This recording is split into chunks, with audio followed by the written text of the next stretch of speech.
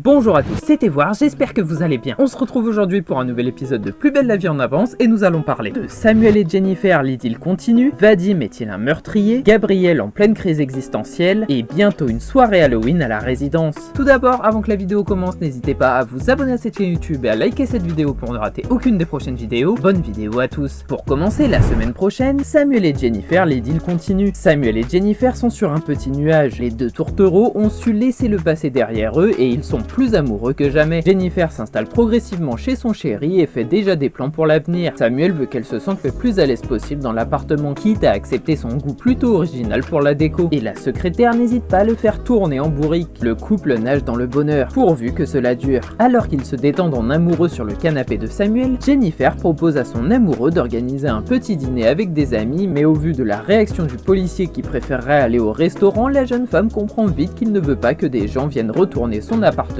sachant qu'il est très maniaque. Mais Samuel ne veut pas passer pour le relou de service, alors il fait comprendre à Jennifer qu'elle est aussi chez elle et qu'il peut tout à fait s'adapter selon ses envies. Sauf que la secrétaire médicale a tout de même encore un peu l'impression de squatter chez son copain, même si ce dernier a déjà accepté quelques petites babioles en plus pour qu'elle se sente à l'aise. Jennifer le prend alors tout de suite au mot et elle commence à lui proposer tout plein de changements potentiels qu'elle aimerait faire dans leur appartement. C'est alors que l'on aperçoit une petite goutte de sueur sur le front du policier. Heureusement pour lui, Jennifer le fait marcher, car elle sait très bien qu'il a ses petites habitudes et elle est prête à aller à son rythme, ce qui prouve que leur relation conjugale semble faite pour durer dans le temps. Vadim est-il un meurtrier? Steve est persuadé que Vadim cache quelque chose. Il décide d'aller fouiller dans la chambre de l'infirmier et ce qu'il va découvrir va lui glacer le sang. Des taches d'un liquide rouge foncé gisent sur le sol de la cuisine. Elle mène au frigo. Que renferme-t-il? Trop tard, Vadim est déjà de retour. Steve se cache, mais le nouvel infirmier du Mistral n'est pas dupe, il sait que quelqu'un s'est introduit dans sa chambre. Immédiatement, il s'empare de sa batte de baseball. Alors que les couloirs de la résidence Massalia sont particulièrement vides et calmes, Steve en profite pour s'introduire le plus discrètement possible dans la chambre de Vadim, histoire de confirmer la mauvaise image qu'il a dans la tête de ce nouveau résident. Une fois à l'intérieur de la pièce, Steve fait le tour du propriétaire, et il faut dire qu'il est quelque peu choqué par les centres d'intérêt de Vadim qui sont, comme qui dirais-je, très macabres. En passant par des livres au titre étrange jusqu'aux accessoires gothiques, Steve tombe finalement sur d'énormes taches de sang près du frigo de son voisin de palier, et il décide alors de s'approcher pour voir ça de plus près. À peine a-t-il le temps de réaliser qu'il s'agit bel et bien de sang que quelqu'un s'apprête à entrer dans la chambre avant qu'il ne puisse ouvrir la porte du frigo, et Steve se dirige alors le plus vite possible en direction de la salle de bain en espérant être bien caché. Malheureusement, Vadim entre et il comprend vite qu'il n'est pas seul. Alors une fois sa batte de baseball à la main, il prévient que c'est l'heure de sortir et Steve ne tient plus et préfère reconnaître ses torts en faisant front face au terrifiant et mystérieux nouveau résident. Gabriel en pleine crise existentielle. Gabriel s'est levé du mauvais pied ce matin. Il n'a pas d'appétit et n'est pas de très bonne humeur. Léa tente de savoir ce qui tracasse son collègue et ami. Visiblement, Gabriel est en pleine crise existentielle. Il remet en question toute sa profession. Après l'énorme mystère qui a entouré les intoxications alimentaires à répétition, tout lui semble bien plus fade aujourd'hui. Il veut du défi, il veut du jamais vu. Pas de petits rhumes sans importance. Le médecin va-t-il retrouver goût pour son métier? Alors qu'il déjeune tranquillement entre collègues au bar du Mistral, Léa remarque tout de suite que Gabriel n'a pas vraiment l'air dans son assiette, et c'est le cas de le dire car le docteur Riva n'a même pas touché à un bout de son plat. Mais Gabriel n'a pas trop l'air de vouloir étaler ses problèmes, et il demande plutôt à Léa si elle a eu des patients intéressants au cabinet aujourd'hui. Mais malheureusement pas plus que d'habitude, et cette dernière fait également remarquer à son collègue que parler de syphilis pendant qu'il mange n'est peut-être pas la meilleure idée du siècle. Sauf que rien n'y fait, Gabriel est à bout de nerfs, et il explique à Léa qu'avec la période hivernale qui approche, il commence à déprimer car il sait d'avance qu'il va devoir traiter exclusivement des rhumes et des varicelles, ce qui comparé à une intoxication alimentaire de grande portée n'a pas du tout la même saveur. Mais Léa ne peut pas y faire grand chose, et pour elle l'idée de retrouver sa petite routine de médecin de quartier n'est pas si dérangeant, ce qui enfonce encore un peu plus notre pauvre Gabriel dans sa déprime qui ne sait pas comment il va faire pour retrouver la motivation d'antan. Enfin, la semaine prochaine, bientôt une soirée Halloween à la résidence. En jouet, Steve demande la permission de Yolande. Cependant, la co-gérante de la résidence n'a pas l'air de partager le même enthousiasme que le jeune homme. Elle ne comprend pas cette mode américaine. Pour elle, c'est une fête capitaliste qui n'a rien à faire dans sa résidence. Steve repart bredouille. Heureusement pour la vie sociale des jeunes, Louis et Robbie prend leur parti et défend leur idée auprès de Yolande. Va-t-il réussir à la convaincre? Alors que Yolande profite d'une petite pause dans le travail pour arroser les plantes à l'entrée de la résidence, elle est rejointe par Steve qui lui demande à qui faut-il s'adresser pour avoir l'autorisation d'organiser une fête. Une fois que le jeune homme comprend que cette fameuse personne n'est autre que Yolande, il lui fait alors tout de suite part de son envie d'organiser une maxi fiesta pour Halloween à la résidence. Il lui montre les costumes et les décorations qu'il compte acheter pour l'occasion. Mais la gérante est ferme sur sa position, il n'y aura pas de fête qui pousse à la consommation au sein de son établissement. Et elle prévient Steve que ça n'est pas non plus la peine d'aller demander à Myrtha, ce qui déçoit le concerné qui repart alors d'où il est venu en traînant des pieds. Louis Roby, qui n'était pas très loin, a tout entendu, alors il décide de venir plaider la cause des pauvres petits jeunes. À force de débattre, Yolande réalise que Steve a proposé cette soirée pour le 1er novembre, qui est le jour des morts selon la culture mexicaine. Et ça, elle préfère. Alors elle va vite prévenir Steve qu'elle est d'accord pour qu'il organise un maxi dia de los muertos comme elle les aime, et bien sûr Louis est convié. Cette vidéo est déjà terminée, j'espère sincèrement qu'elle vous aura plu. Je vous le rappelle, n'hésitez pas à vous abonner à cette chaîne YouTube et activer la cloche pour ne rien louper. C'était voir, merci à tous, passez une très belle journée.